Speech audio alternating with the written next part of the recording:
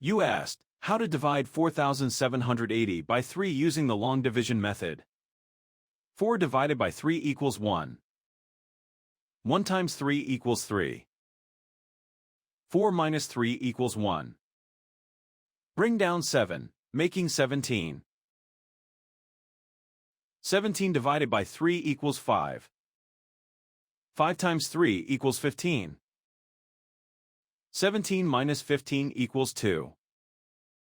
Bring down 8, making 28.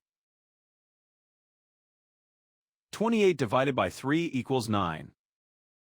9 times 3 equals 27. 28 minus 27 equals 1. Bring down 0, making 10. 10 divided by 3 equals 3.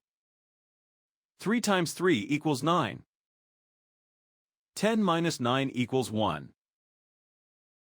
The remainder is 1. The final result is 1,593 remainder 1.